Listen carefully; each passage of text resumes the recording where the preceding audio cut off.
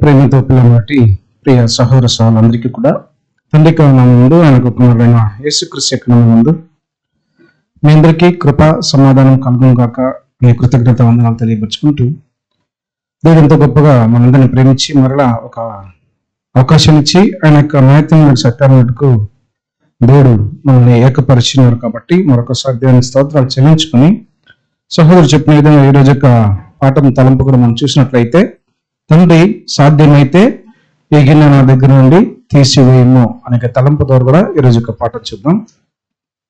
ప్రియమైన సహోదరులారా, మనం రానున్న 31వ తేదీన ఈ ప్రభురాత్రి బలలో మనం పాల్గొనబోతున్నాం.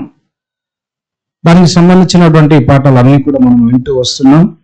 కారణం ఏమని చూసినట్లయితే, మనము ఆ యొక్క పాత్రలను మనం పాలు పొందుటకు యోగ్యంగా మనం పాలు పొందాలి కాబట్టి ఇది విని గ్రహించుకొని మన క్రియల ద్వారా చేయుటకు రానున్న పసకాలు పాలు పొందుటకు ఇది ఒక అవకాశంగా మనకు ఉంది. కాబట్టి ఈరోజు కూడా అదే యొక్క ధ్యానంతో మనం వెళ్దాం. ప్రియమైన సహోదరులారా, ఈ యొక్క తలంపు మనం చూసినట్లయితే ఇది ఎక్కడ ప్రభువైన యేసుక్రీస్తు మాట్లాడుతున్నారు, ఏ స్థలంలో మాట్లాడుతున్నారు? గెత్సేమనే తోటలో. ఎలా మాట్లాడుతున్నారు అంటే ప్రార్థనతో తండ్రి యొద్ద ఆయన ప్రార్థిస్తూ ఉన్నాడు. ఎలా ప్రార్థిస్తున్నాడు అంటే, నా తండ్రి సాధ్యమైతే ఈ గిన్నె నా దగ్గర నుండి తీసివేయము, తొలగి పోనిము అని చెప్పి ఆయన చెప్తున్నాడు. ప్రియమైన సహోదరులారా, ప్రభువైన యేసుక్రీస్తు ఆయన మీద ఉన్నటువంటి ఒక మహారక్షణ, విమోచన, క్రయదానము, ఆయన యొక్క ఇవన్నీ కూడా, ఈ విషయాలన్నీ కూడా ఆయన యొక్క భుజముల మీద ఆయన ఉంచుకున్నాడు. తన యొక్క భుజం మీద తను ఉంచుకుని మోస్తూ ఉన్నాడు. ఇది ఇక ఆధార వాక్యానికి ఒక అనుగుణంగా ఉన్నటువంటి ఒక విషయం. ఆధార వాక్యం మనం చదువుకుందాం.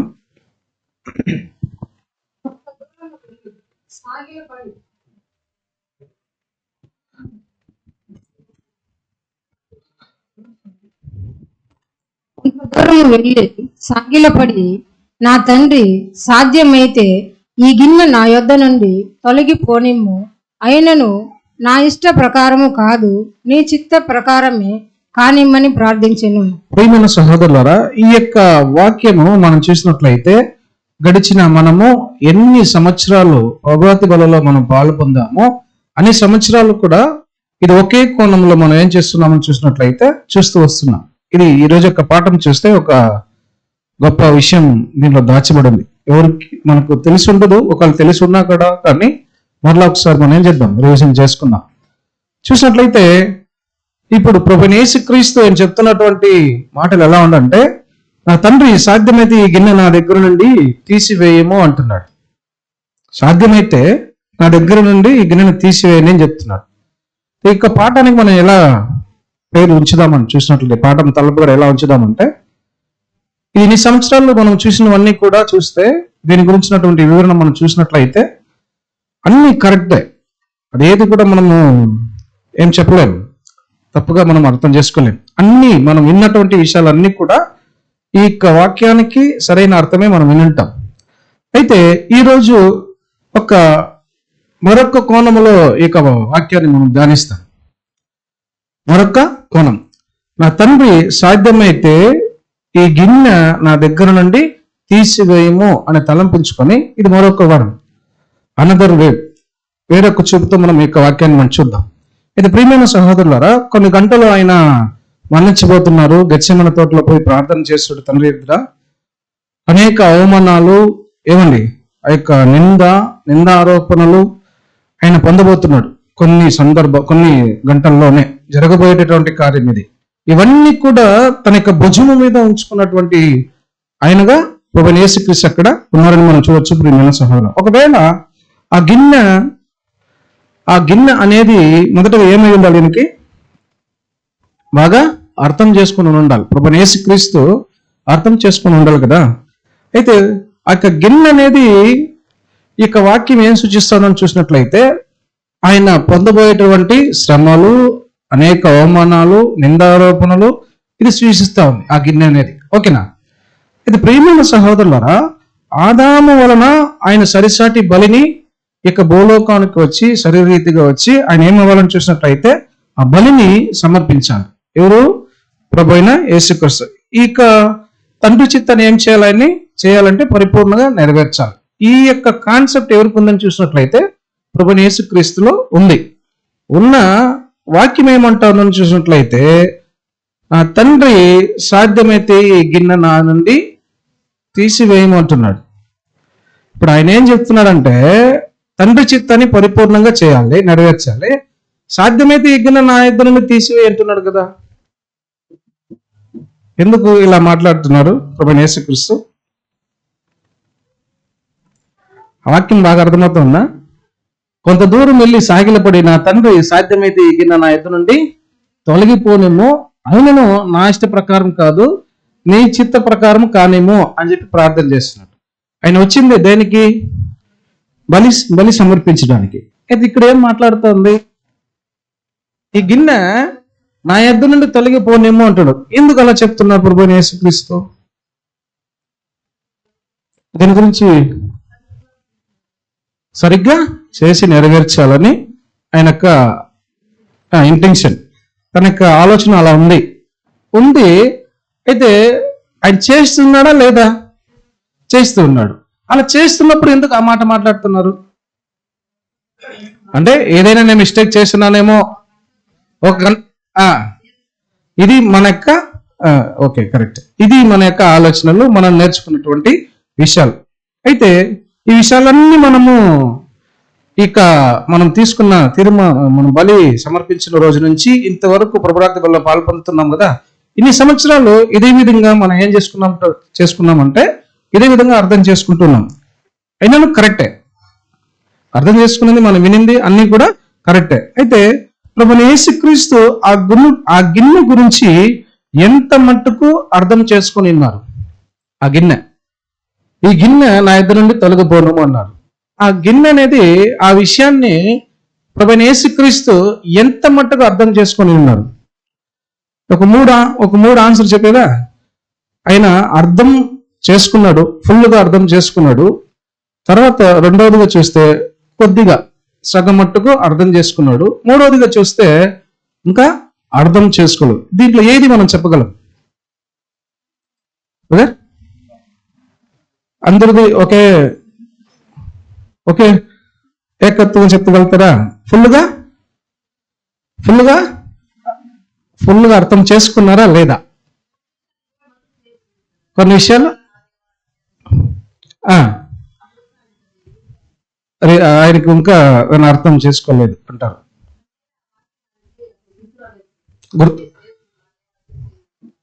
అది ఇప్పుడు లాస్ట్ లో మానమృత ఉన్నప్పుడు ఆయన అది మాట్లాడుతున్నాడు. ఇక్కడ ఏమంటున్నాడు అంటే ఈ గిన్నె నా యొద్ద నుండి తొలగిపోనేమో అంటున్నాడు. అర్థం చేసుకుని ఉంటే ఆ మాట అనిండ్రు. అర్థం చేసుకున్నారా చేసుకోలేదంటారా? ఈ మూడు విషయాలు ఆన్సర్ చెప్పండి. ఒకటి ఫుల్గా అర్థం చేసుకున్నారు, రెండు ఒక సగం మట్టుగా అర్థం చేసుకున్నారు, మూడు ఏమీ అర్థం చేసుకోలేదు ఆయన. ఈ మూడిట్లో ఏది ఆన్సర్ మీరు కరెక్ట్గా చెప్తారు? అర్థం చేసుకున్నారు. ఓకేనా? సరే, ఓకే, సరే, అర్థం చేసుకున్నారు అని చెప్తున్నాడు. అర్థం చేసుకున్నప్పుడు ప్రియమైన సహోదరులారా, ఆ యొక్క గెత్సేమనే తోటలో వెళ్ళి ఎందుకు ఆయన ప్రభువైన యేసుక్రీస్తు అయిన దేవుని దగ్గర ప్రార్థిస్తున్నాడు? ఈ గిన్నె నా యొద్ద నుండి పోనేమో అని ఎందుకు తండ్రి యొద్ద ప్రార్థన చేస్తున్నాం? ఆయన అర్థం చేసుకున్నాడు అన్నారు కదా. అర్థం చేసుకున్నప్పుడు తండ్రి చిత్తాన్ని నెరవేర్చాలి కదా తండ్రి చిత్తాన్ని. మరలా ఎందుకు తండ్రి యొద్ద వచ్చి తండ్రి నీ చిత్తం అయితే నా యొద్ద నుండి తొలగిపోనేమో అంటున్నాడు?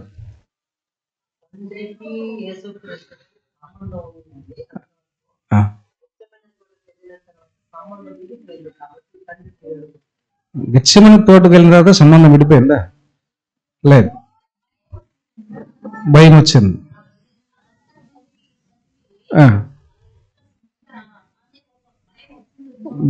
వచ్చి ప్రేమైన సహోదరులారా, మీరు చెప్పిన విషయాలన్నీ కూడా కాదు. ఇప్పుడు ఈ విషయానికి చెప్పిన విషయాలు కాదు. అయితే చూద్దాం.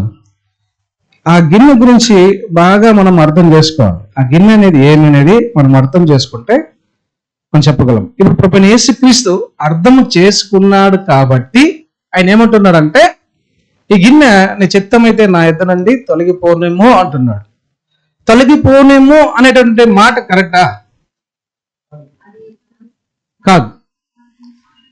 తొలగిపోనేమో అనేటువంటి మాట కాదు. అయితే ఇన్ని సంవత్సరాలు ఇదే విన్నాం కదా, ఇదే అర్థం చేసుకున్నాం కదా. చూడండి ప్రియమైన సహోదరులారా, ఇక్కడ ప్రభువైన యేసు క్రీస్తు దగ్గర గెత్సేమనే తోటకు ముందు ఆయన వెళ్ళక ముందు జెబెదయి యొక్క కుమారులు ఇద్దరు వచ్చి ఆయన దగ్గర, ప్రభువైన యేసు క్రీస్తు దగ్గర జెబెదయి కుమారు యొక్క తల్లి వచ్చి ఏమడుగుతుందంటే, ప్రభువా నా యొక్క కుమారుని ఇద్దరిని మీ యొక్క రాజ్యంలో కుడి పార్శ్వం ఒకరు ఎడమ పార్శ్వం ఒకరిని కావాలని ఆమె అడుగుతోంది. అలా అడిగినప్పుడు ప్రభువైన యేసు క్రీస్తు ఆమెకి ఎలాంటి ఒక ఉత్తరం ఇస్తుంది మనం చదువుకుందాం.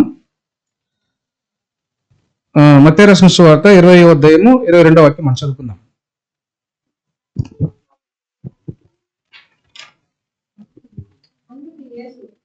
మీరేమి అడుగుచున్నారు అది మీకు తెలియదు. నేను త్రాగబోవు గిన్నెలోనిది మీరు త్రాగగలరా అని అడుగగా, ఇప్పుడు ఆ యొక్క గిన్నె గురించి ఇక్కడ మాట్లాడుతున్నారు. ఏం మాట్లాడుతున్నారు? ఇప్పుడు వాళ్ళతో అంటున్నారు.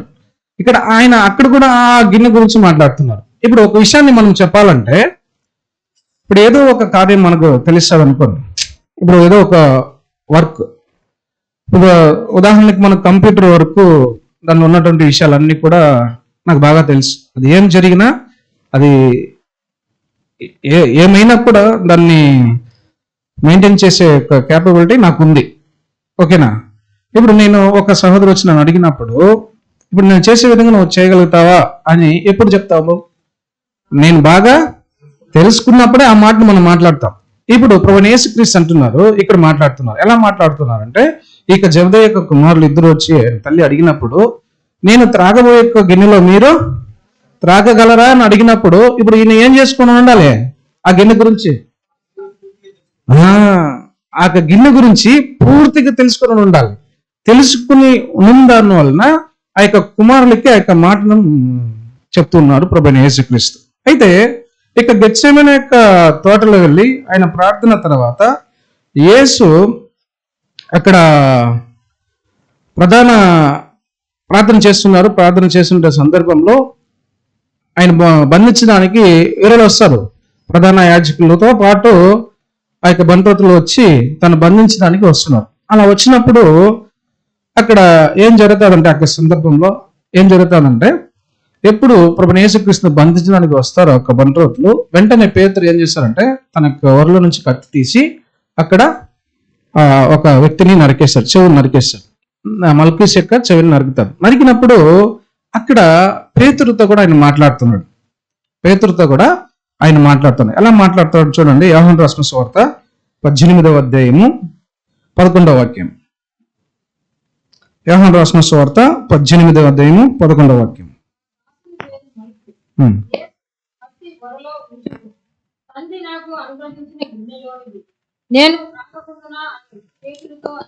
ఇక్కడ కూడా ఆయన మాట్లాడుతున్నాడు.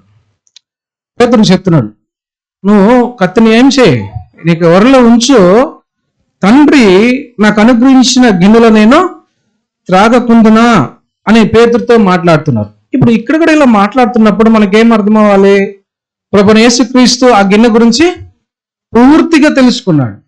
పూర్తిగా తెలుసుకున్న దానివల్ల ఇక్కడ కూడా ఆ మాటను ఆయన మాట్లాడుతున్నారు. ప్రియమైన సహోదరులారా, చూడండి, ఆయన పొందబోతున్న గిన్నె గురించి చక్కగా అర్థం చేసుకున్న దానివల్ల వీరిద్దరితో కూడా మాట అక్కడ మాట్లాడుతున్నారు. అయితే యేసు బాగా అర్థం చేసుకున్న ఆ గిన్నె గురించి ఎందుకు యేసు గెత్సేమనే తోటలో వెళ్ళి ప్రార్థన చేయాలి?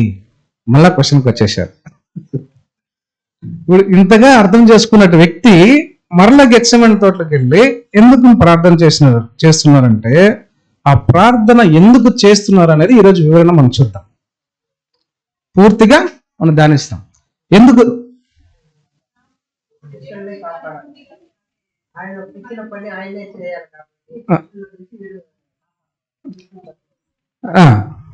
మీరు కొద్దిగా పాయింట్కి వచ్చారు. మీరు చెప్పండి సార్. ఓకే, ఆయన చెప్తాను సరే, కరెక్ట్ గా చేసి ముగించాలని ఆయన కాన్సెప్ట్ అంతా వచ్చిందంతా దాని కొరకే. మరలా ఎందుకు ఆయన ఆ గెత్సేమనే తోట వెళ్ళి ప్రార్థన చేస్తున్నాడు? తండ్రితో సహవాసం ఉండడానికి. ఓకే, చూడండి ప్రియమైన సహోదరులారా, యేసు ప్రార్థించినటువంటి విషయాలు, ఆయన గెత్సేమనే తోటలో ప్రార్థించినటువంటి విషయాలు 3 సువార్తల్లో వ్రాయబడి ఉంది. ఎక్కడెక్కడ ఉందో దాన్ని కలెక్ట్ చేసుకుని దాని యొక్క వివరణ మనం చూద్దాం. 3 సువార్తల్లో వ్రాయబడి ఉంది. ఇక ఆ 3 సువార్తలో వ్రాయబడినటువంటి విషయాలను తీసి మనం పరిశోధిద్దాం. ఎందుకు ఈ నెల ప్రార్థన చేయాలి, కారణం ఏమి అనేది ఇక 3 సువార్తలో వ్రాయబడినటువంటి వాక్యాలు మనం ధ్యానించినట్లయితే మనకు ఇంకా నీట్ గా క్లారిటీగా మనకు అర్థమవుతుంది ప్రియమైన సహోదరులారా. అయితే ఇక యోహాను సువార్తలో ఎందుకు రాయలేదు బ్రదర్? ఇది కూడా సువార్తనే కదా. ఇప్పుడు ఇక 3 సువార్తలో ఉన్నటువంటి విషయాలు కూడా యోహాను సువార్తలో కొన్ని విషయాలు ఉంది, కొన్ని విషయాలు లేనివి యోహాను సువార్తలో రాయబడాలి కదా. మత్తయి, మార్కు, లూకాలో లేనటువంటి విషయాలు ఎక్కడ రాయబడి ఉంది? యోహానులో రాయబడి ఉంది. కానీ ఈ యొక్క ప్రార్థన గురించి యోహాను సువార్తలో రాయబడలేదు. కారణం ఏమంటే ఈయన ఎప్పుడు రాశాడు? ఆఖరిలో రాశాడు. వీళ్ళ ముగ్గురు కంటే ఆఖరిలో రాశాడు. రాసిన దానివల్ల ఇక విషయాలు అక్కడ మెన్షన్ చేసి ఈయన మాట్లాడలేదు ప్రియమైన సహోదరుల. చూడండి, ఇక 3 సువార్తలు లేనటువంటి విషయాలు మాత్రమే యోహాను సువార్తలో ఉంది. యోహాను సువార్తలో ఉన్నటువంటి విషయాలు ఈ 3 సువార్తలో కొన్ని విషయాలు లేవు. ఇది ఇక్కడ 3 సువార్తలో ఉన్నటువంటి వాక్యాలు మనం కలెక్ట్ చేసి దాన్ని ధ్యానిద్దాం. మొదటగా మత్తయి రాసిన సువార్త మనకు ఆధార వాక్యం మనం చదువుకుందాం. 26వ అధ్యాయము 39, 42, 44. సిస్టర్ మైక్ లో చదవండి సిస్టర్, కాన్ఫరెన్స్ లో ఉన్నారు, అది వినట్లేదు. సాగిలపడి నా తండ్రి సాధ్యమైతే ఈ గిన్నె నా యొద్ద నుండి తొలగిపోనిమ్ము, అయినను నా ఇష్ట ప్రకారం కాదు, నీ చిత్త ప్రకారమే కానిమ్మని చెప్పు. 42. నా తండ్రి, నేను దీనిని త్రాగితేనే గాని ఇది నా యొద్ద నుండి తొలగిపోవుట సాధ్యము కాని ఎడల నీ చిత్తమే సిద్ధించుగాక అని ప్రార్థించి తర్వాత 44. ఆయన వారిని మరలా విడిచి వెళ్ళి మూడవ మారు ప్రార్థన చేసెను. ఇక్కడ ఇక గెత్సేమనే తోటలో తన శిష్యులతో పాటు వెళ్ళి ఆయన ప్రార్థన చేస్తున్నాడు. శిష్యులు దూరంగా విడిచిపెట్టి ఈయన దూరంగా వెళ్ళి ఈయన ప్రార్థన చేస్తున్నప్పుడు ఇక్కడ 3 సార్లు ఆయన ప్రార్థన చేస్తున్నాడు. ఇక్కడ మత్తయి రాసిన సువార్తలో 3 సార్లు ఏం చేస్తున్నాడు అంటే ప్రార్థన చేస్తున్నాడు. అదేవిధంగా మార్కు రాసిన సువార్తలో 14వ అధ్యాయము 36, 39 చదివిస్తారు. మార్కు రాసిన సువార్త 14వ అధ్యాయము 36, 39.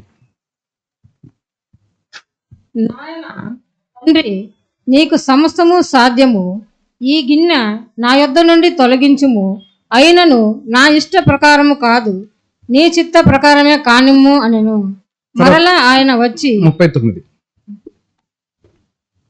తిరిగి పోయి ఇంతకు ముందు పలికిన మాటలనే పలుకుచూ ప్రార్థించెను. ఇక్కడ మత్తయిలో ఉన్న విధంగానే ఇక్కడ ఉంది. ఓకేనా? ఇప్పుడు లూకా రాసిన సువార్తకు వచ్చేద్దాం. 22వ అధ్యాయము 42వ వాక్యం చదువుదాం. 22:42. ఈ గిన్నె నా యొద్ద నుండి తొలగించు, నీ చిత్తమైతే తొలగించుము, అయినను నా ఇష్టము కాదు, నీ చిత్తమే సిద్ధించుగాకని ప్రార్థించాను. చాలు. చూడండి ప్రియమైన సహోదరులారా, ఇక 3 సువార్తలో రాయబడినటువంటి మాటల గురించి మనం చూసినట్లయితే 3 కూడా ఎలా ఉందని చూసినట్లయితే 2 సువార్తలో ఒకలాగుంది, లూకా సువార్తలో ఒకలాగుంది. ఇక్కడ ఎలా తండ్రి, ఈ గిన్నె నా యొద్ద నుండి నీ చిత్తమైతే తొలగించుము అని ఇక్కడ మాట్లాడుతున్నాం. దీని గురించినటువంటి విషయాలు మనం ఎక్కడ పోయి మనం ఎదుగుదామని చూసినట్లయితే ఒక మూల పదంలో పోయి మనం చూద్దాం. ఒక గ్రీక్ వర్డ్లో పోయి మనం చెక్ చేస్తే దీనికి ఎలాంటి వివరణ ఉంది అనేది మనకు తెలుస్తుంది. మీరు వేయండి బ్రదర్ ఆ గ్రీక్ వర్డ్ G3928.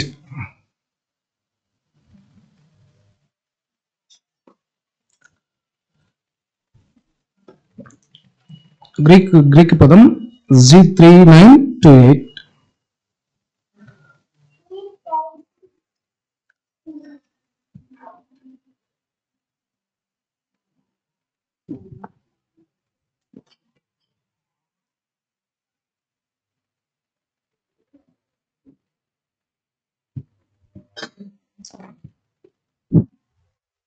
చదివేది చదవండి సిస్టర్. G3928 ఫొనెటిక్ ఫార్ ఎకోమై వర్డ్ వచ్చి ఎక్కడి నుంచి అంటే గ్రీక్ 3844 అండ్ ఫెరకోమయ అని వస్తుందా? ఫార్ ఇంగ్లీష్ లో కరెక్ట్ వర్డ్ చదవండి. ఫార్ ఎర్చోమై అని వద్దు బ్రదర్. ఫెరకో ఫార్ ఎర్ కో అహి అని వస్తుంది, బట్ కలిపితే ఫార్ ఎర్చోమై అని. నేను పంపించాను, అదే పంపించాను కదా, అది పెట్టండి. అది కలిపి ఉంది, నేను పంపించింది పెట్టగలుగుతారా? ఫార్ ఎర్చోమై అని ఉంది బ్రదర్. అది వర్డ్ కరెక్ట్. పెరకో అహెమ్. ఈ పదానికి అర్థం ఎలా ఉంది? బైబిల్ యూసేజ్ వచ్చి కమ్ ఫోర్త్ గో పాస్ అవే ఉంది బై కమ్ కమ్ ఇంకా దగ్గరికి రా. ఇప్పుడు ఏమంటుంది అక్కడ? ఇంకా దగ్గరికి రా. దగ్గరికి రా. ఇప్పుడు మన వాక్యాలు చదివింది ఎలా ఉంది? తొలగించు. నీ చిత్తం అయితే నా నుండి ఇక గిన్నెను తొలగించుము అంటున్నాడు. ఇప్పుడు మూల పదములో మనం వెళ్ళి చూసినప్పుడు ఎలా ఉందంటే పెరకోమయ, అంటే పెరకోమయ అహెమ్, ఇది గ్రీక్ పదం.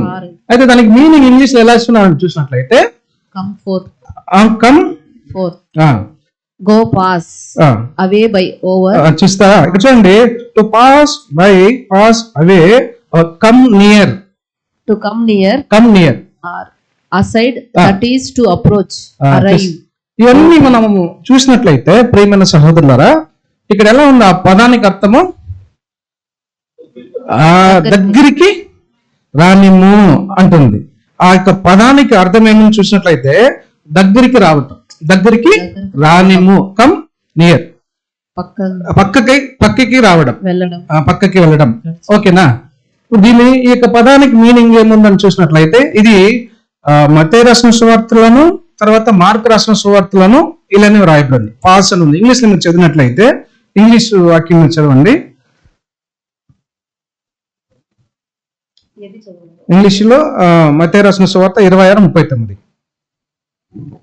And he went a little farther and fell on his face and prayed, saying, "Oh my Father, if it be possible, let this cup pass from me." Pass from me. From me. ఇప్పుడు English లో చూస్తే pass from మీ, నా దగ్గర నుంచి దూరంగా పోనిము అని ఉంది. అయితే గ్రీక్ పదంలో మనం పోయి ఈ యొక్క పదానికి మూల పదం మనం చూస్తే కమ్, దగ్గరికి రానిము అంటుంది. అర్థమవుతుందా విషయము? కమ్ నియర్, నా దగ్గరికి రానిము అంటుంది ఈ యొక్క పదం. ఇదే విధంగా మార్కులో కూడా 14వ అధ్యాయము 36వ వాక్యం ఇంగ్లీష్ లో చదవండి, అదేలాగానే ఉంటుంది.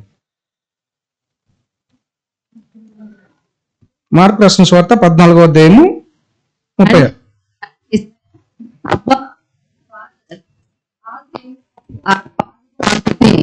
Take away this cup from me. Take away, నా నుంచి తీసివేయు దూరంగా.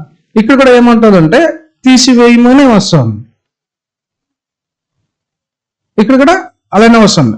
మత్తయిలోను మార్కులోను ఇలానే వస్తుంది, పాస్, తీసివేయండి అని చెప్తుంది.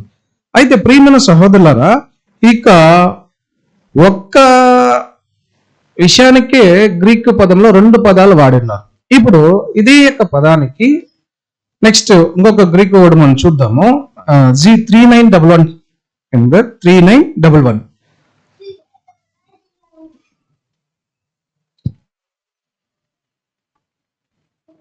ఇది ఇంగ్లీష్ లో చదవండి సిస్టర్ వాక్యము. లూకా 22:42. 22:42. saying, Father, if thou be willing, remove this cup from me. Remove this cup from మీ, నా దగ్గర నుంచి తొలగించిన. దీనికి ఇక గ్రీక్ పదం ఎలా ఉంది చూడండి, 3911. Para Pharaoh. ఇక్కడ ఎలా ఉందంటే అది పెరా ఫెరో. Para. ఇంగ్లీష్ వర్డ్ ఎలా ఉందంటే పెరా హెరో. ఇప్పుడు ఈ పదానికి ఏం అర్థం చెప్తా ఉన్నారు? To bear along. To bear along. That is implication to our remove, take away. అది ఫస్ట్ చదవండి సార్, నీట్ గా చదవండి. ఫస్ట్ ఏమంటున్నారు ఆ యొక్క To పదం? bear along. To bear along అంటే తెలుగు meaning to bear Along. Along. దాని తెలుగు ట్రాన్స్లేట్ చేయండి. టు టు బియర్ అలాంగ్, అదే కదా ఉంది. Courage. To bear along our side మోసుకుపోవడం. ది. To bear. దానికి తెలుగు ట్రాన్స్లేట్ చేయండి. మోసుకొని పోవడం. మోసుకొని పోవడం. To bear. మోసుకొని పోవడమా, పాటు. దగ్గరికి చేర్చుకోవడమా? అట్లే ఆ యొక్క to bear along. నా దగ్గరికి రానము అంటారు. మీరు దాని తర్వాత కూడా చదవండి. To bear along our side that is Or aside, that is carry off.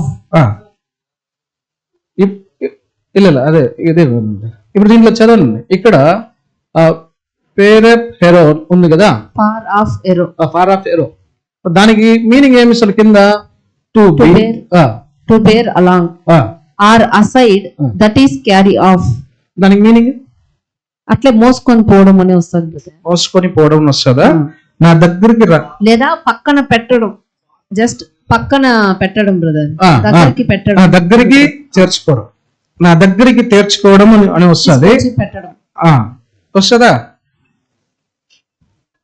ఓకేనా? తర్వాత ఒకటి మోసుకుపోవడం, నెక్స్ట్ పక్కకి ఇంకా తెచ్చి పెట్టడం దగ్గరగా. ఇప్పుడు ఇదే యొక్క పదంలో మీరు చూస్తే దాని కింద ఏమంటుంది? Take away. రిమూవ్. లాస్ట్ లో రిమూవ్ టేక్ అవే. ఇప్పుడు రిమూవ్ టేక్ అవే అని చెప్పి ఎక్కడ వచ్చినది? ఇక్కడ గ్రీక్ వర్డ్ లో మనం చూస్తే కింద చివరిలో ఉంది. ఇప్పుడు పైన ఏముంది? తీసుకొని పోవడం, పక్కనకి రావడం. తీసుకోవడం, పక్కనికి రావడం. ఇప్పుడు ఇక్కడ తర్జమా చేయడం విషయంలో ఇక్కడ లోక రాసిన సువార్తలో ఎలా తర్జమా చేశారని చూసినట్లయితే ఈ పదాన్ని తీసుకొచ్చేసారు కింద. రిమూవ్ టేక్ అవే, నా దగ్గర నుంచి దీన్ని తొలగిపోనేమో అని చెప్తున్నారు. అర్థమవుతుందా? రిమూవ్ టేక్ అవే, నా దగ్గర నుంచి తొలగిపోను, ఈ పదాన్ని తీసుకునేసినారు. అయితే దానికి ముందు ఎన్ని పదాలు ఉంది? ఒకే పదానికి అన్ని మీనింగ్స్. ఇప్పుడు నా దగ్గరికి దీనికి రానిమ్ము అంటున్నాడు, సమీపంగా, నా సమీపంగా రానిమ్ము అంటున్నాడు. ఎలా అంటున్నాడు అనేది దగ్గరికి చేర్చుకోవడం, దాన్ని పట్టుకోవడం, నా దగ్గరికి తీసుకురావడం. ఇక విషయాలు లోకాల్లో చూస్తే మత్తయి రాసిన సువార్తలో కానీ మార్కు రాసిన సువార్తలో కానీ ఈ యొక్క వాక్యాల కదా ఉన్నాయి. 3 అధ్యాయాల్లో దీని గురించినటువంటి సంభాషణలు కదా ఉన్నాయి అక్కడ. కానీ ఇక్కడ తర్జమా చేయటువంటి విషయంలో ఏం జరిగిందని చూసినట్లయితే ఈ పదాన్ని వాడేశారు, ఆఖరిగా ఉన్నటువంటి పదాన్ని. అయితే ఇది ఎన్ని చోట్ల వాడినారు చూడండి. దాంట్లో కేజీవీలో చూస్తే అక్కడ యూజ్ ద పాస్ అవే అనే పదాన్ని 12 సార్లు వాడినారు. తర్వాత ఆ పాస్ అనేది 10 సార్లు వాడినారు. పాస్ బై 3 సార్లు వాడినారు. తర్వాత పాస్ ఓవర్ ఎన్ని సార్లు వాడినారు? 1 సారి. తర్వాత ట్రాన్స్గ్రెస్ 1 టైం. ఇలాగా అన్ని సార్లు కేజీవీలో ఆ యొక్క పదాన్ని వాడున్నారు. అయితే ఇక్కడ కూడా చూడండి, కేజీవీలో ఈ యొక్క పదానికి ఎన్ని సార్లు వాడున్నారంటే 1 సారి వాడినారు. Remove 1 time. Remove 1 time. Take away 1 time. చూడండి, ఇప్పుడు ఈ పదం ఇక్కడ వాడినారు. ఇక్కడ లోకరాసిన సువార్తలో చూస్తే ఇక్కడ ఆ యొక్క పదాన్ని ముందు పెట్టేశారు. దానికి ముందు అనేక మాటలు ఉన్నాయి అక్కడ. ఏముందని చూసినట్లయితే దగ్గరకు రావడం, to be along our side. ఓకేనా? ఇప్పుడు ఇది దగ్గరికి చేర్చుకోవడం. ఇప్పుడు వాక్యం మీరు చదవండి. ఇప్పుడు ఆధార వాక్యం చదవండి. మత్తయి రాసిన సువార్త 26:39.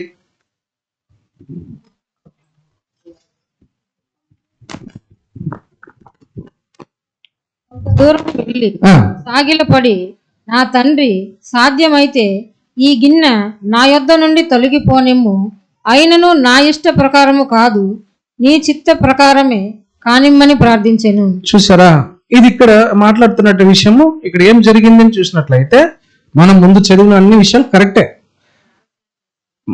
నేను లాస్ట్ గా గడిచిన సంవత్సరాలు విన్న విషయాలు అన్ని కూడా కరెక్టే, దాంట్లో తప్పు ఏ మాత్రం లేదు.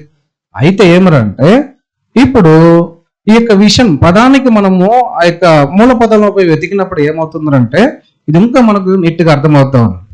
ఇప్పుడు నా దగ్గరికి రానిమ్ము, నా దగ్గరికి చేర్చుము అని చెప్తున్నాడు. ఇందుకొరకు నా దగ్గరికి చేర్చుము అని మాట్లాడతాను. ఇప్పుడు ఇలా వచ్చేద్దాం.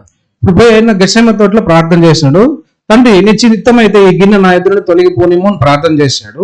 చేసినప్పుడు దానికి కావాల్సినటువంటి అర్థము మనము గ్రీక్ కన్కడంలో మనం పోయి చూసాం. ఇప్పుడు దానికి ఏం అర్థం అని చూసినట్లయితే ఆయన పలికినటువంటి మాటకి నా దగ్గరకు చేర్చుము అన్నాడు. ఇప్పుడు మూల పదాలపై మనం వెతికేశాం. ఒకవేళ దీనికి ఇదే అర్థమని మనము నమ్మగలుగుతామా?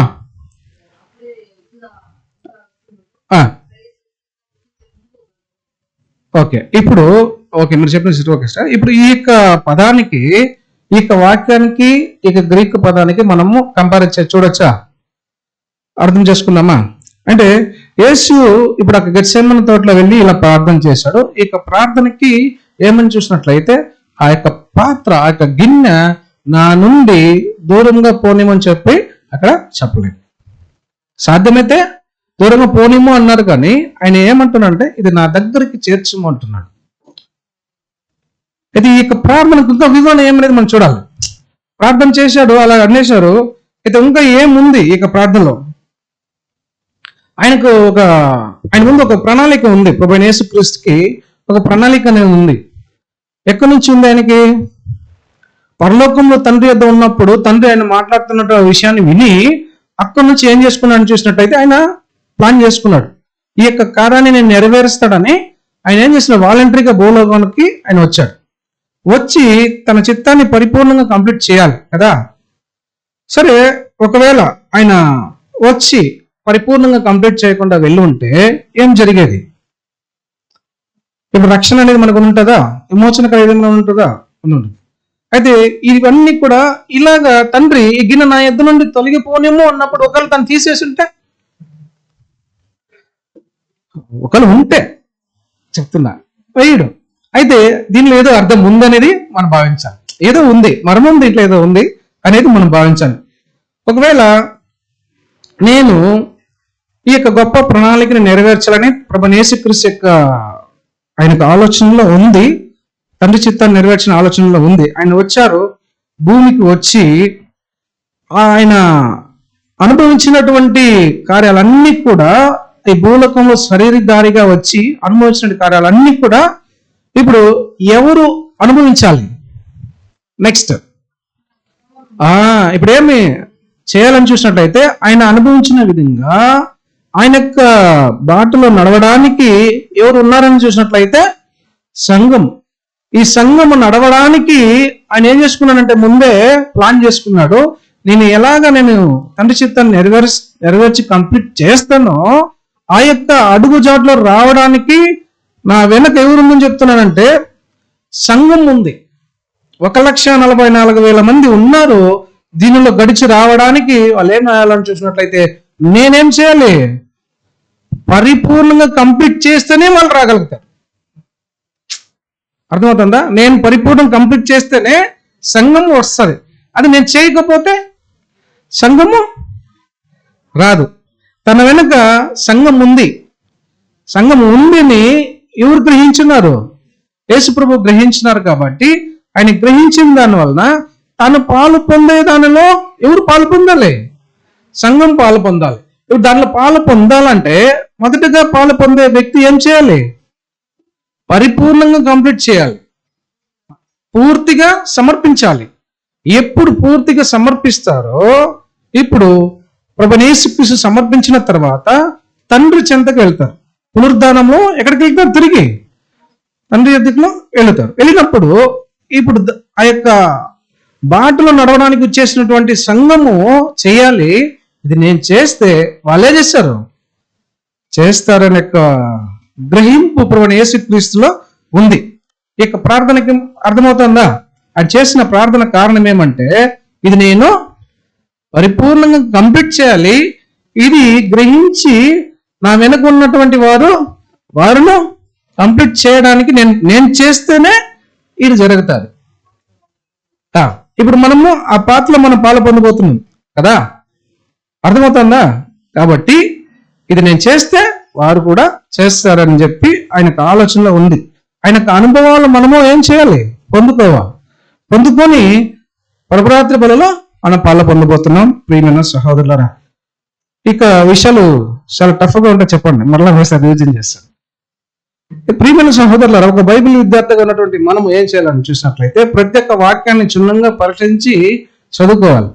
ఇది చదువుతున్నప్పుడు వన్ బై వన్గా ఇంకా ఎక్కువగా ఆలోచన వస్తుంది. ఇది ఇలా ఉంటుందా, ఇది ఇలా మనం అర్థం చేసుకోవచ్చా అనేటువంటి ఆలోచన ఒక బైబిల్ విద్యార్థులకి ఉంటుంది.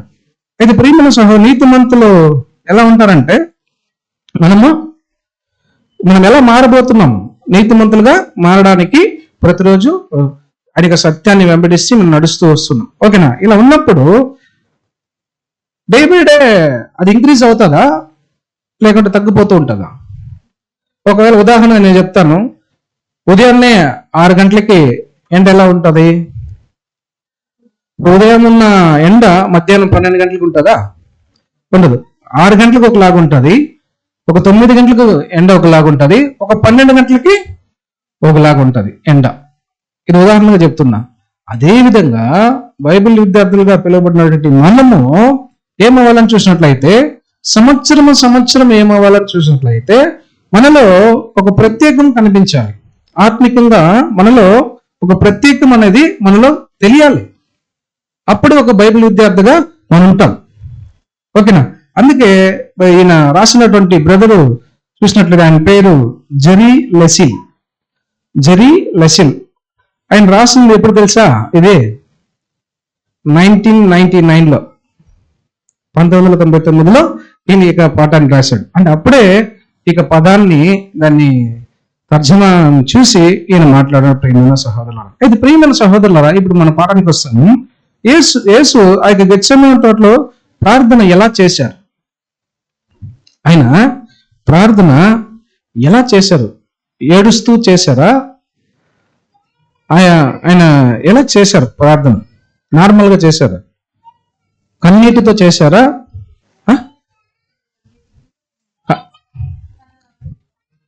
బాధతో కన్నీటితో ఆయన ప్రార్థన చేశారు. ఓకే, కన్నీటితో చేశారు. ఇక ఈ విషయం కొరకు ఎందుకు ఆయన కన్నీటితో ప్రార్థన చేయాలి? ఈ గిన్నె నా యొద్ద నుండి తొలగిపోనేమో అనడానికి ఎందుకు కన్నీటితో ప్రార్థన చేశారు అనేదానికి కారణం ఉంది. ఎందుకు కన్నీటితో ప్రార్థన చేశాడు అనేదానికి కూడా కారణం ఉంది. వాక్యం చదువుకున్నాం. మత్తయి రాసిన సువార్త 26వ అధ్యాయం 42వ వాక్యం.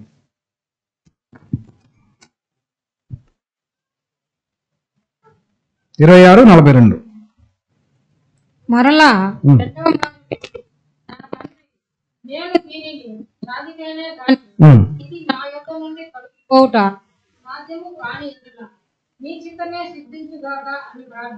ఇప్పుడు మరలా మీరు ఆలోచించండి. ఇక్కడ ఎలా మాట్లాడుతున్నానంటే,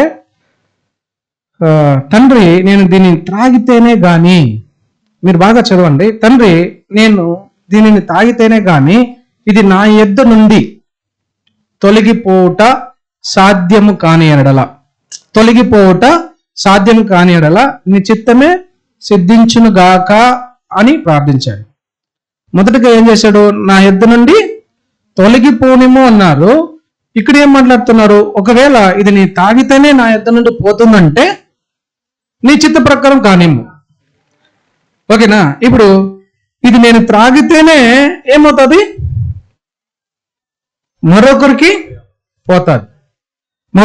పోతుంది. అంటే దీన్ని నేనేమో చేయాలి? ఫస్ట్ త్రాగాలి, నేను కంప్లీట్ చేయాలి. ఇది నేను కంప్లీట్ చేస్తేనే మరొకరికి పోతుందంటే ఖచ్చితంగా నేనేం చేస్తాను? ఇలా చేస్తానన్నప్పుడు అక్కడ ఏం మాట్లాడినారు? నీ చిత్తమైతే ఇక్కడ 36 వాక్యంలో దీన్ని పోనిమ్ము అన్నారు. ఇది పోకపోతే ఇది నేను త్రాగితేనే మరొకరికి పోతుందంటే ఇది నేనేం చేస్తాను, నేను చిత్త ప్రకారం చేయండి, నేను చేస్తాను అన్నారు. ఇప్పుడు ఆయన తాగిన తర్వాత ఎవరు దానిలో పాలు పొందుతున్నారు? ఇప్పుడు సంఘము దానిలో పాలు పొందుతున్నాం. అయితే ఇప్పుడు పాస్ అనేది మనం చూసినట్లయితే కొన్ని సందర్భంలో కొన్ని విధంగా దాన్ని వాడుతూ ఉంటారు. పాస్ అంటే చనిపోయిన వాళ్ళు ఏమంటారు? పాస్ అవే, వెళ్ళిపోయారు, చనిపోయిన వాళ్ళు అంటారు. సరే, ఇప్పుడు ఒక బుక్ ఇచ్చేసి సిస్టర్ గారు ఒక బుక్ ఇస్తాను, ఆ బుక్ ఇచ్చి సిస్టర్ మీరు పక్క వాళ్ళకి పాస్ చేయండి అంటాం. సందర్భాన్ని బట్టి ఇక్కడ ఏమవుతుంది, ఆ మాట ఒక సందర్భాన్ని బట్టి వేరే వేరే విధాలుగా మారుతుంది. పాస్ అవే అంటే ఆయన ఏమైపోయారు, చనిపోయారు, వెళ్ళిపోయారు. ఇక్కడ బుక్ ఇచ్చినప్పుడు ఏమవుతానంటే పాస్ ఇక్కడ నుంచి ఏమండి పక్కకి అందించడం, పక్కకి వెళ్తుంది, ఇప్పుడు పాస్ చేయడం. అయితే ప్రియమైన సహోదరులారా, ఇది ఏమంటున్నాడంటే ఇక వాక్యం మీరు ఇంగ్లీష్లో చదవండి. 42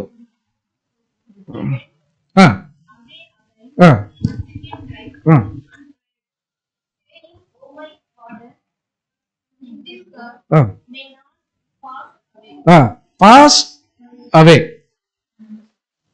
పాస్ అవే ఫ్రమ్ మీ. ఒకవేళ ఇది నాయన త్రాగితే, నేను తాగిన తర్వాత మరొకరు వెళ్తుందంటే నేను ఇదేం చేస్తాను, తాగుతాను అంటున్నాడు.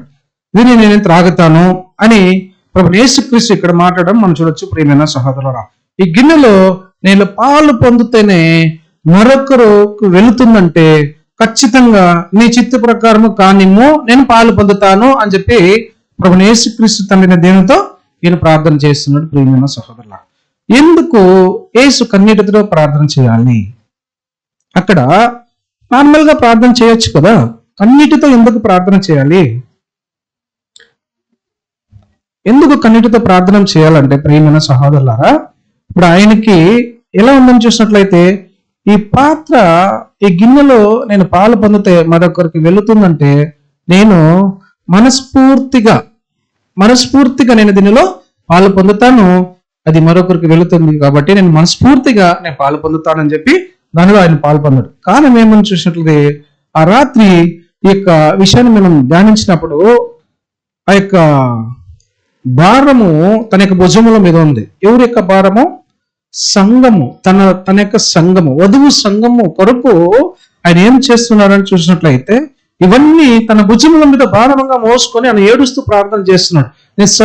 నేను దీన్ని పాలు పొందితే నా యొక్క వధువు సంఘము నా వెనుక వస్తుంది. అయితే తన సంఘము మీద ఎంత ప్రేమ ఉండాలి చూడండి. ఎంత ప్రేమ ఉంటే తన వేదనతో ఆయన బాధతో ప్రార్థన చేస్తున్నాడు. చూడండి ప్రియమైన సహోదరులారా, ఉదాహరణకు మనం చూస్తే లిటరల్గా భూలోకంలో ఒక భార్య భర్త ఉన్నప్పుడు, ఇప్పుడు భార్య ఉండి భర్త చనిపోయినప్పుడు ఆ భార్య ఆ సందర్భంలో ఎలా ఏడుస్తుంది అలా చూసారా? ఎలా ఏడుస్తుందని చూస్తే చాలా బాధతో ఏడుస్తుంది. కారణం ఏమని చూసినట్లయితే తన భర్తతో అన్యోన్య సహవాసం కలిగి అన్ని రోజులు ప్రేమతో జీవించినటువంటి వ్యక్తి తను విడిచిపోయినప్పుడు ఎంత వేదనతో ఆ స్త్రీ బాధపడుతుందో, ఏడుస్తుంది చూడండి కదా. అంత బాధతో ఆ స్త్రీ ఏడుస్తుంది. అదే విధంగా ప్రియమైన సహోదరులారా, నా యొక్క వధువు సంఘము నేను సరిగ్గా కంప్లీట్ చేస్తేనే నా వధువు సంఘం వస్తుందని నేను తెలుసుకొని కన్నీటితో ప్రార్థనతో తండ్రి యొక్క ప్రార్థన చేశాడు ప్రభువైన యేసుక్రీస్తు. చేసి ఆయన ఏం చేస్తున్నాడంటే ఆ పాత్రలో పాలు పొందాడు. ప్రియమైన సహోదరులారా, ఇలాగా పాలు పొందాడు. యేసుక్రీస్తు తండ్రి చిత్తాన్ని పరిపూర్ణంగా కంప్లీట్ చేశారా లేదా? చేశారు. చేసినప్పుడు అలా చేస్తేనే ఒక 2 విధములైనటువంటి రక్షణ అనేది మనకు కలుగుతారు. 2 విధములైనటువంటి రక్షణ. ఏ 2 విధముల రక్షణ? ఒకటి గొప్ప రక్షణ, 2 జనరల్ రిజెక్షన్. ఓకేనా? ఇవి 2 జరగాలంటే మొదటగా ప్రభువైన యేసుక్రీస్తు తండ్రి చిత్తాన్ని పరిపూర్ణంగా కంప్లీట్ చేయాలి. ఎప్పుడు ఆయన పరిపూర్ణంగా కంప్లీట్ చేస్తాడో ఇది జరుగుతుంది. ఒకటి గొప్ప రక్షణ సంఘము, రక్షింపబడుతుంది. రెండు భూలోకము జనరల్ రక్షణ, భూలోకానికి ఒక రిజర్వేషన్ ఉంది. ఇది జరుగుతుంది. సంఘానికి గొప్ప రక్షణ కలుగుతుంది, భూలోకానికి జనరల్ రిజెక్షన్ అనేది ఉంది. ఈ రెండు జరగాలంటే ప్రభువైన యేసుక్రీస్తు ఏం చేయాలంటే పరిపూర్ణంగా ఆ గిన్నెలో అనేది ఆయన పాలు పొందాలి. ప్రియమైన సహోదరులారా, ఈ రెండు రక్షణ కంప్లీట్ అవ్వాలంటే ఎవరు మొదట రక్షణ పొందాలి? రక్షణ కంప్లీట్ గా చేయాలంటే ప్రభువైన యేసుక్రీస్తు చేయాలి. ఇది చేస్తేనే మనకును రక్షణ ఉంటది, లోకానికి రక్షణ కలుగుతుంది. ప్రియమైన సహోదరులు, ఒకవేళ యేసు చేయకుండా ఉండుంటే గొప్ప రక్షణ ఉండేదని చూసినట్లయితే ఖచ్చితంగా ఉండదు. ఈ జనరల్ రిజెక్షన్ ఉండదు. ఆయన సరిగ్గా కంప్లీట్ చేయకుండా ఉండుంటే ఆ గిన్నె తన చెంత చేరుండదు, తిరిగి ప్రభువైన యేసుక్రీస్తు తండ్రి చెట్టుకి వెళ్ళి ఉండదు. ఒకవేళ ప్రియమైన సహోదరులు, యేసు యొక్క ప్రార్థన బాధపడి ప్రార్థన చేసిన దాని వలన ఖచ్చితంగా ఏం జరిగిందని చూసినట్లయితే ఆ గిన్నెలో ప్రభువైన యేసుక్రీస్తు పాలు పొంది తండ్రి చిత్తాన్ని ఆయన పరిపూర్ణంగా కంప్లీట్ చేశాడు. ప్రియమైన సహోదరులారా, యేసు ఆ రాత్రి చాలా బాధ ఉండేది. ఎందుకని చూసినట్లయితే తండ్రి చిత్తం ఎలాగైనా పరిపూర్ణంగా నేను కంప్లీట్ చేసేయాలి, దాని తర్వాత నా వెనుక వచ్చేటటువంటి సంఘము నా కొరకు ఎలా ఉంటుందంటే పరిపూర్ణంగా చేస్తుంది. నేను ఎలాగ చేశానో అదే విధంగా నా సంఘము చేస్తానని ఒక ఆలోచనతో ఆయన ఏం చేశాడంటే పరిపూర్ణంగా కంప్లీట్ చేసి ఆయన వెళ్ళిపోయాడు. మరణించి పునరుద్ధానంలో లేచి వెళ్ళారు. అలా చేస్తేనే తన పునరుద్ధానం అనేది ప్రభువైన యేసుక్రీస్తుకి వచ్చింది. ప్రియమైన సహోదరులు, ఇప్పుడు తన వధువు సంఘంగా పిలువబడినటువంటి మనము కూడా పరిపూర్ణంగా కంప్లీట్ చేస్తేనే తప్ప లేకపోతే పరలోకానికి మనము వెళ్ళలేము. కంప్లీట్ చేస్తే ఎలాగ ప్రభువైన యేసుక్రీస్తు నమ్మకంతో వెళ్ళారో ఆ యొక్క అడుగుజాడలో నడవడానికి మనకు ఒక మాదిరికరంగా ఉంచి వెళ్ళారో ఆ మాదిరికరంగా ఉంచి వెళ్ళిన దానిలో మనం ఎలాగ పాలు పొందుతున్నామో అది పరిపూర్ణంగా మనం కంప్లీట్ చేస్తే మనము కూడా ఆ యొక్క పరలోక రాజ్యానికి వెళ్ళడానికి అవకాశం ఉంటుంది. ప్రియమైన సహోదరులారా, ఆయన పునరుద్ధానం లేనప్పుడు ఆయనకి లేనప్పుడు మనకి ఎక్కడ ఉంటుంది? ప్రియమైన సహోదరులారా, ఆయనకి లేనప్పుడు మనకి ఎలా ఉంటుంది? లోకానికి రక్షణ ఉండదు. ఇంత భారాన్ని ఆయన భుజాల మీద మోసుకుంటూ ఉన్నాడు ప్రభువైన యేసుక్రీస్తు. అందుకొరకే ఆ యొక్క గెత్సేమనే తోటలో ఆయన వేదనతో బాధతో ప్రార్థన చేశారు. కారణం ఎవరి కొరకు? సంఘం, ప్రత్యేకంగా సంఘము కొరకు, తర్వాత జనరల్ మానవాళి ప్రజల మొత్తం లోకానికి. అయితే ప్రభువైన యేసుకు తన సంఘం మీద ఎంత ఒక గొప్ప ప్రేమ ఉందో చూడండి. ఇప్పుడు ఆ స్త్రీ గురించి మాట్లాడడం కదా, లిటరల్ గా భూలోకంలో భార్యాభర్త ఉన్నప్పుడు స్త్రీ చనిపోతే ఆయన రొమ్ము బాదుకొని ఏడుస్తుంది. కారణము ఒక 2 రోజులు 3 రోజులు ఒక వారము 10 రోజులు ఉంటుంది. తర్వాత ఏమైపోతుంది ఆయనకి? ఇప్పుడు ఎవరు వచ్చలేదా? సరే, ఒకవేళ ప్రేమ సహోదరులు ఆ యొక్క ప్రేమ అనేది అంత కఠినంగా ప్రేమించినప్పుడు ఏమవుతుందంటే అంత బాధ అనిపిస్తుంది, ఏడుస్తుంది. ఆ విధంగా ప్రభువైన యేసుక్రీస్తు సంఘం మీద అంత ప్రేమ ఉంచున్నాడు. నేను చేస్తే వాళ్ళు చేస్తారు, నమ్మకం ఆయనకు ఉండేది. అయితే ప్రభువైన యేసుక్రీస్తు ఎలా చెప్తుందంటే ఆ ప్రార్థనలో, తండ్రి నీ చిత్తమైతే ఈ గిన్నె నా యొద్దకు రానిమ్ము అంటున్నాడు, పోనిమ్ము అని చెప్పలేదు. ప్రియమైన సహోదరులారా, నేను చేస్తాను, ఇది నా సంఘం కొరకు నేను చేస్తాను చెప్తున్నాడు. ఇది ఈ పాత్ర తాగినప్పుడు అది నా నుండి శిష్యులకు వెళ్ళి నేను ఎలాగ పరలోకానికి ప్రవేశిస్తానో అదే విధంగా శిష్యులు కూడా రావాలనేది యొక్క గెత్సేమనే యొక్క తోటలో ఆయన యొక్క ప్రార్థనకి అర్థంగా ఉంది. ప్రియమైన సహోదరులారా, ఆ గెత్సేమనే తోటలో ఆయన చేసినట్టు ప్రార్థనకి ఇదే అర్థంగా ఉంది. అయితే ఈ యొక్క ప్రార్థన వివరణ అనేది ఇలా మనం చూసాం. ప్రార్థన ఇలా ఉన్నది, ఓకేనా? ఈ ప్రార్థనకి అయిన తర్వాత ఇంకొక అర్థం బ్రదర్ దీనికి వివరణ ఇస్తున్నాడు. ఎలా ఇస్తున్నాడు అంటే, ఒక పాతకాలపు యొక్క దొంగల్ని చంపడానికి ఒక పద్ధతిని వాడేవారంట. దొంగల్ని ఏం చేసేవారంట, దొంగల్ని వాళ్ళకి మరణ శిక్షణ విధించినప్పుడు వాళ్ళు ఎలా చంపేవారంట, ఒక గిన్నెలో విషం తీసుకొని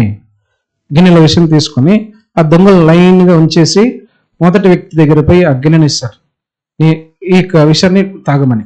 ఆయన ఏం చేయాలి ముందుగా చెప్తారంటే, నువ్వు తాగి పక్కన వ్యక్తి ఏం చేయి, పాస్ చేయి. అలాగా నీ వల్ల ఎంత తాగలో తాగేసి తర్వాత పక్కన వ్యక్తికి దేని కొరకు విషయం చనిపోవడం కొరకు నువ్వు తాగి పక్కన దగ్గరికి పాచి అక్కడ తాగి కంప్లీట్ చేసిన తర్వాత మరొక వ్యక్తి లాస్ట్ దాకా ఆ విషయం అనేది వెళ్తుంది. అక్కడికి అందరూ ఏమవుతారని చూసినట్లయితే అక్కడికి చనిపోతారు. ఇక్కడ ఏం చేస్తాను జరుగుతుందంటే పాస్ నెక్స్ట్ వ్యక్తికి ఏం చేయాలి, పాస్ చేయాలి అన్నాడు. ఇప్పుడు ప్రభువైన యేసుక్రీస్తు అదే విధంగా ఇది నేను త్రాగితేనే తప్ప నెక్స్ట్ వ్యక్తికి పోతుందంటే నేను ఖచ్చితంగా నేను తాగుతాను అని చెప్పి ఇక్కడ చెప్పడం మనం చూడవచ్చు ప్రియమైన సహోదరుల. అయితే యేసు ఆ గిన్నెలో త్రాగింది అన్న వలన అది పాస్ అయింది. ఆయన శిష్యులకి తర్వాత సంఘానికి ఒక అవకాశం ఇచ్చాడు. మొదటిగా ఎవరికి ఇచ్చారని చూసినట్టయితే ఆయనతో పాటు ఉన్నప్పుడు 12 మంది శిష్యులకి ఆ యొక్క ప్రభాత బలలో పాల్గొనడానికి అక్కడ అవకాశం ఇచ్చారు. దాని తర్వాత వాళ్ళు పాలు పొందిపోయిన తర్వాత ఇప్పుడు ఆ యొక్క గిన్నెలో ఎవరు పాలు పొందుతున్నారు? మనం చెప్పమా మనం ఏం చేస్తున్నామంటే ఆ గిన్నెలో పాలు పొందుతున్నాం. ఇది ఆ 1,44,000 మంది ఆఖరి వ్యక్తి ఎప్పుడు ఆయన తాగి కంప్లీట్ చేస్తాడో అక్కడికి ఇదేమవుతుంది, స్టాప్. అక్కడికి స్టాప్. దాని తర్వాత ఎవరికి ఉండదు, స్టాప్. అక్కడికి అయిపోతుంది.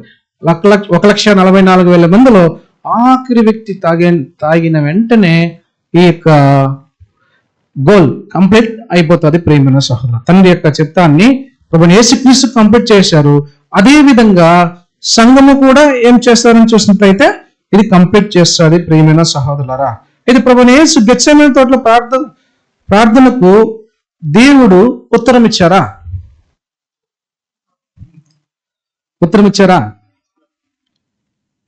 ఎక్కడ మీరు వాక్యం చెప్తారా ఇచ్చారని?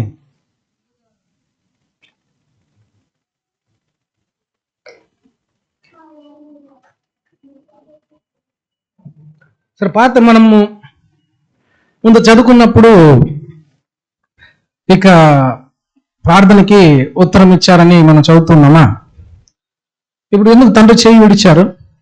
ఆయన ప్రార్థన చేసినప్పుడు ఆ యొక్క గిన్నెను తీసేసి ఉండాలి కదా. ఓకే అండి, నేను అడిగే క్వశ్చన్ ఏమిటంటే ఆయన చేసినటువంటి ప్రార్థన తండ్రి దేవుడు ఉత్తరం ఇచ్చారా?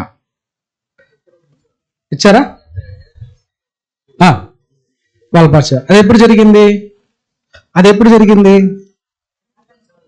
చదువుకున్నాం. యోహాను రాసిన సువార్త 11వ అధ్యాయం 42వ వాక్యం. యోహాను రాసిన సువార్త 11వ అధ్యాయం 42వ వాక్యం.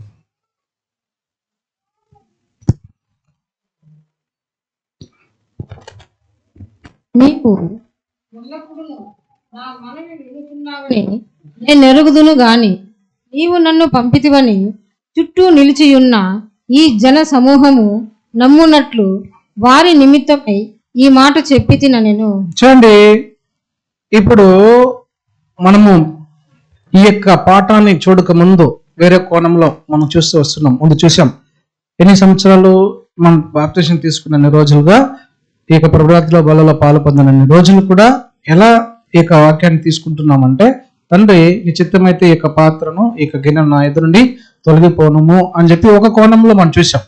అప్పుడు ఆ యొక్క మాటకి అక్కడ ఉత్తరం ఇవ్వలేదు. ఆ యొక్క మాటకి తన దేవుడు ఉత్తరం ఇవ్వలేదు. ఈ యొక్క వాక్యం చదివినప్పుడు ఇది ఎక్కడ ఉత్తరం ఇస్తున్నారని చూసినట్లయితే, నువ్వు ఎల్లప్పుడూ నా మనవి వినుచున్నావని నేను ఎరుగుదును కానీ నీవు నన్ను పంపితివని చుట్టూ నిలుచున్న ఈ జన సమూహం నమ్మున్నట్లు వారి నిమిత్తం ఈ మాట చెప్పితున్నాను అంటున్నాను. ఇది గెత్సేమనే తోటకు పోక మునుపు, దానికి ముందు ప్రార్థన చేసినప్పుడు తన దేవుడు ప్రభువైన యేసుక్రీస్తుకి ఎలా ఉన్నారని చూసినట్లయితే ఉత్తరం ఇస్తూ వచ్చున్నారు. అయితే ఈ రోజు ఏక పాఠానికి అనుగుణంగా మనం చూసినట్లయితే ఇప్పుడు ఏం చేశారని చూసినట్లయితే ఖచ్చితంగా ఈ రోజు మన గ్రీకు పదం ఉన్న ప్రకారము దేవుడు ఏం చేశారు? ఉత్తరం ఇచ్చారు. అర్థమవుతుందా? ఎలా చెప్తారు బ్రదర్? ఎవరు దీనికి సాక్షులు? సరే, ఇప్పుడు ప్రభువైన యేసుక్రీస్తుకి తన దేవుడు ఈ రోజు పాఠానికి అనుగుణంగా మనం చూసినప్పుడు ఉత్తరం ఇచ్చారని నేను చెప్తున్నా. ఒకవేళ ఎవరు దీనికి సాక్షులుగా ఉంటారు?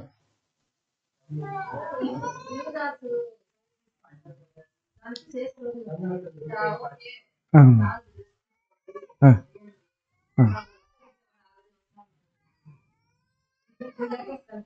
ఆ, ఓకే. అంటే వచ్చు. మీరు చెప్పండి బ్రదర్.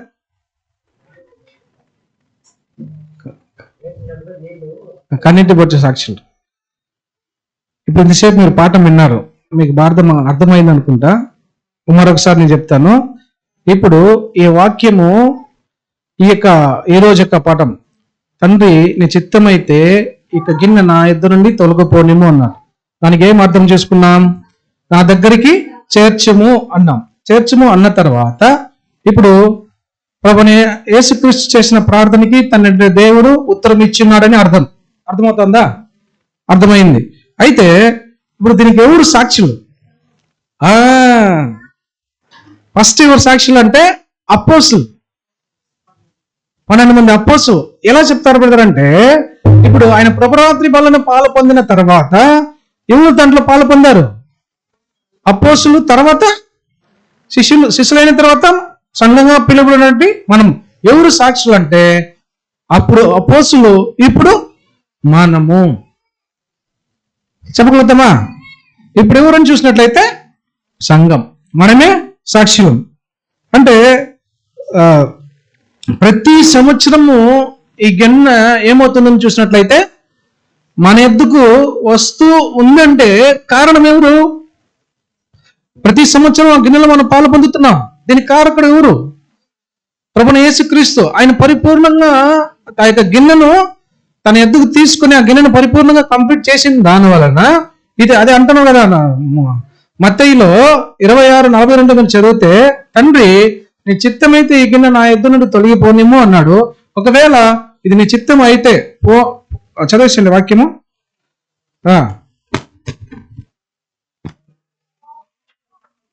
మరలా రెండవ మారు వెళ్ళి, నా తండ్రి నేను దీనిని త్రాగితేనే గాని ఇది నా యొద్ద నుండి తొలగిపోవుట సాధ్యము కాని ఎడల. చూడండి, ఇది త్రాగితేనే నా యొద్ద నుండి తొలగిపోదు, సాధ్యం కాని ఎడల నేనేం చేశాను? ఇది నీ చిత్తమే చేశాడు. ఇప్పుడు ఆయన చిత్తం ఏమైంది ఇక్కడ? ఇప్పుడు మనం ఏం చేస్తున్నాం దాంట్లో? ఇప్పుడు అర్థమైందా? ఇప్పుడు ఆయన చిత్తము, తండ్రి చిత్తాన్ని ప్రభువైన యేసుక్రీస్తు యొక్క ప్రార్థన తండ్రి విని ఉత్తరం ఇచ్చాడు. ఇచ్చిన దాని వలన ఆ గిన్నెలో ప్రభువైన యేసుక్రీస్తు పాలు పొందారు. ఆయన పాలు పొందిన దాని వలన ఇది ఏమంటున్నానంటే, నేను దీనిని త్రాగితేనే కానీ ఇది నా యొద్ద నుండి తొలగిపోవట సాధ్యం కాని ఎడల నేను దీంట్లో పాలు పొందుతాను. నీ చిత్తం కానించమో నేను దీంట్లో ఆయన పాలు పొందిన దాని వలన ఇది ఆ యొక్క 12 మంది శిష్యులు దానిలో పాలు పొందారు. ఇప్పటి వరకు సంఘంగా పిలబడినటువంటి మనము దీనిలో పాలు పొందుతున్నాం. కరెక్టా? దీనికి సాక్షులు ఎవరు? ఆయన తండ్రిన దేవుడు ప్రభువైన యేసుక్రీస్తు ప్రార్థించిన ప్రార్థనకి తండ్రిన దేవుడు ఉత్తరం ఇచ్చారు. దీనికి సాక్షులు ఎవరు? అపోస్తులు, మనం. ఇది మనకు క్లారిటీ అయిందా? అయితే ప్రియమైన సహోదరులారా, దీనికి వాక్యం మనం చదువుకున్నాం. ఇదే ఆధారంగా మనం ఈ యొక్క సాక్ష్యాన్ని మనం దృఢపరచడానికి రానున్న 31వ తేదీ ప్రభురాత్రి బలలో, మార్చి 31వ తేదీ ప్రభురాత్రి బలలో మనం పాల్పొందబోతున్నాం. ఎవరు ఇప్పుడు సాక్షులు? మనమే ప్రియమైన సహోదరులారా. ఆ రోజు యేసు చేసినటువంటి ప్రార్థన ఇది వరకు మనము ఈ యొక్క ప్రభురాత్రి బలలో మనం పాలు పొందుతున్నాం. ఆ గెత్సేమనే తోటలో వేదనతో, రోదనతో, ఆయన బాధతో ప్రార్థన చేశాడు. తండ్రి ఈ గిన్నె నీ చిత్తమైతే నా యొద్దకు రానిమ్ము అని చెప్పి ఆయన ప్రార్థన చేసిన దాని వలన, ఆయన తండ్రి ఆయన యొక్క ప్రార్థనకి ఉత్తరం ఇచ్చిన దాని వలన ఈనాటి వరకు కూడా మనం ఏం చేస్తున్నామని చూసినట్లయితే ఆ యొక్క ప్రభురాత్రి బలలో మనం పాలు పొందుతూ ఉన్నాం ప్రియమైన సహోదరులరా. అయితే అపోస్తలుడైన పౌలు ఈ విషయాన్ని ఇంకా నీట్గా వివరిస్తున్నాడు. ఆయన సాక్షులు, నేను సాక్షులుగా ఉన్నానని చెప్పి అపోస్తలుడైన పౌలు నీట్గా వివరిస్తున్నాడు. చదువుకుందాం. కొలస్సీయులకు రాసిన పత్రిక 1వ అధ్యాయము 24వ వాక్యం. 1వ అధ్యాయం 24వ వాక్యం.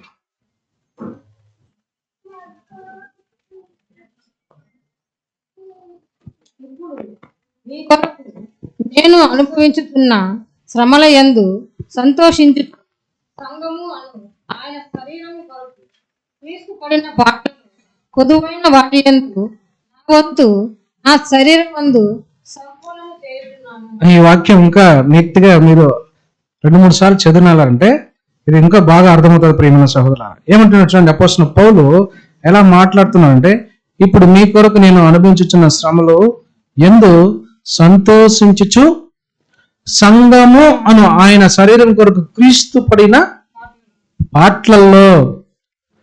ఇప్పుడు ఈయన వివరిస్తున్నాడా? ఇప్పుడు ఈయన సాక్షిగా చెప్పొచ్చా? అపోస్తలుడైన పౌలుని సాక్షిగా చెప్పొచ్చా? తన దేవుడు ఆయనకు ఉత్తరం ఇచ్చారని సాక్ష్యం చెప్పొచ్చా?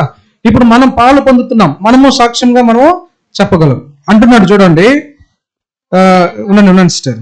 సంఘము అను ఆయన శరీరం కొరకు. ఇప్పుడు సంఘము అన శరీరం, ఇప్పుడు సంఘం ఎలా ఉంది? శరీరంగా ఉంది. శిరస్సు యేసు. ఇప్పుడు ఆయన చూడండి, తన శరీరం కొరకు పడినటువంటి పాటల్లో కొదువైన వాటి నా వంతు. ఎవరు మాట్లాడుతున్నారు ఇక్కడ? పౌలు మాట్లాడుతున్నారు.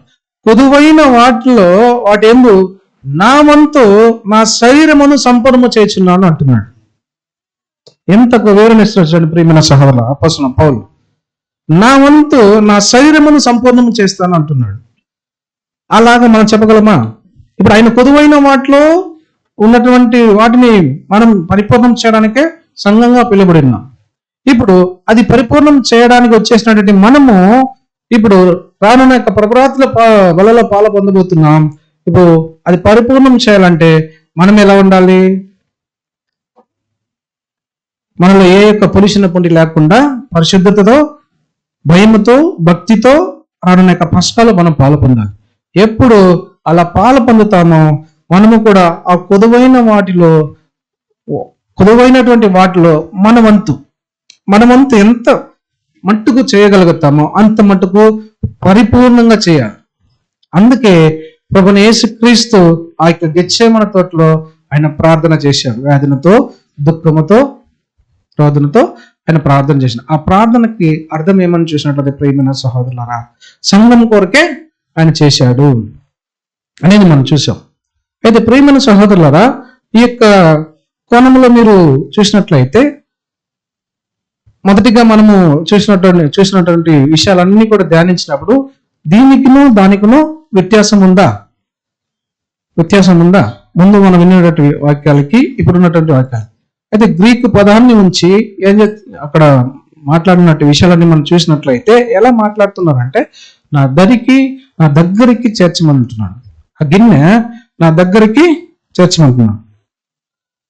ప్రియమైన సహోదరులారా, ఇప్పుడు ఆయన దగ్గరికి చేర్చిన దాని వలన ప్రభువైన యేసుక్రీస్తు ప్రార్థనకు తండ్రి దేవుడు ఉత్తరం ఇచ్చి ఈ రోజు సంవత్సరము మనం దానిలో పాలు పొందుతున్నాం. మనం సంవత్సరం ఏం చేస్తున్నాం చూసినట్లయితే పరిపూర్ణంగా పాలు పొందడానికి దేవుడు ఇలాంటి ఒక గొప్ప సత్యాలు మనకు అందిస్తూ వస్తున్నాడు. అది పరిపూర్ణంగా మనము కంప్లీట్ చేయాలంటే మనలో ఏ యొక్క పొల్యూషన్ పొంది కూడా మనలో ఉండకూడదు ప్రియమైన సహోదరులారా. అందుకే అన్నాడు, తండ్రి నీ చిత్తమైతే ఈ గిన్నె నా యొద్ద నుండి తొలగిపోనిమ్ము అన్నాడు. అంటే నా దగ్గరికి చేర్చుము. ఇది నేను దీనిలో పాలు పొందుతానే మరొకరికి వెళ్తాదంటే నేను పాలు పొందుతాను అని చెప్పి ఆయన పాలు పొంది ఆ యొక్క అవకాశాన్ని మనకు ఉంచిపోయినాడు. కొదువైన వాటిని కంప్లీట్ చేయడానికి మనకు ఉంచిపోయినాడు. ఆ కొదువైన వాటిని కంప్లీట్ చేయాలంటే మనము దానికి యోగ్యులుగా దానిలో పాలు పొందేవారంగా మనం ఉండాలి ప్రియమైన సహోదరులారా. ఇప్పుడు ఇంత ఒక గొప్ప సత్యం దేవుడు మనకు అందించారు కాబట్టి ఓపికతో ఉన్నటువంటి అందరికీ నాకు వందనాలు తెలియపరుచుకుంటూ విన్న సత్య ప్రకారం కూడా దేవుడు మనందరినీ ఆశీర్వదించి దీవించిన గాక. ఆమేన్.